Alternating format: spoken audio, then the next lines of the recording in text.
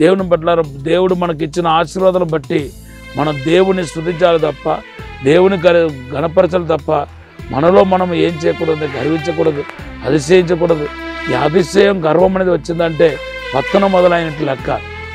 యేసుక్రీస్తు నామంలో మీ అందరికీ శుభములు తెలియపరుస్తున్నాను. మీరందరూ బాగున్నారా? దేవుడు ఉన్నతమైన స్థాయిలో ఉంచాలని, కృప వెంబడి కృపలో బలపరచబడాలని ప్రార్థన చేస్తున్నాను. దేవుడు మన ఆశీర్వదించిన గాక.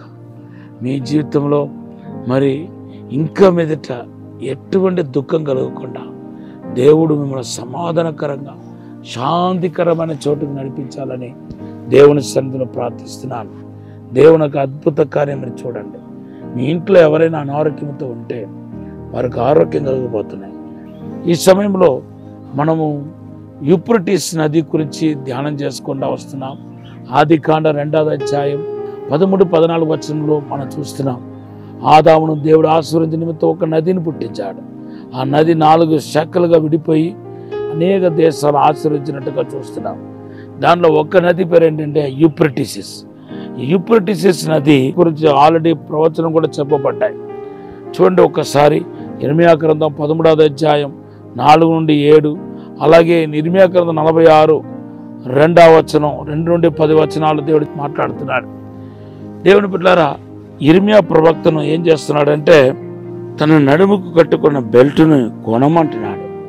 కొనేసి యూఫ్రటీస్ నది దగ్గరికి తీసుకెళ్ళి దాన్ని దాచిపెట్టమంటున్నాడు.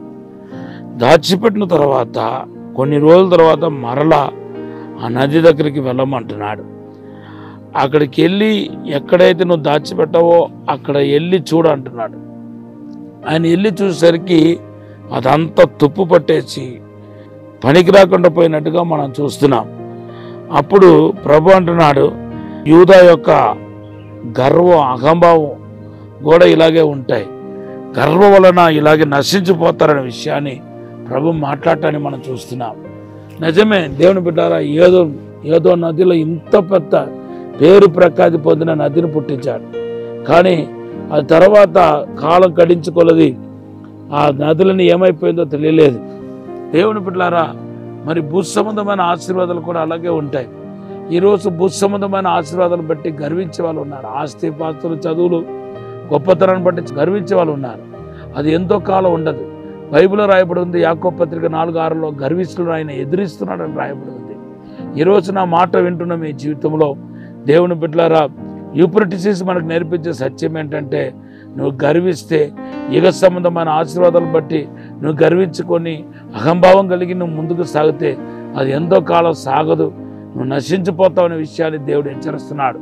మన దేవునికి భయపడి మనం ఏమై ఉన్నామో అది దేవుని యొక్క కృపే ఉంది, అది మాత్రమే మనం ఆలోచించాలి. దేవుని పట్ల దేవుడు మనకిచ్చిన ఆశీర్వాదాలను బట్టి మనం దేవుని స్తుతించాలి తప్ప, దేవుని గణపరచాలి తప్ప, మనలో మనం ఏం చేయకూడదు, గర్వించకూడదు, అతిశయించకూడదు.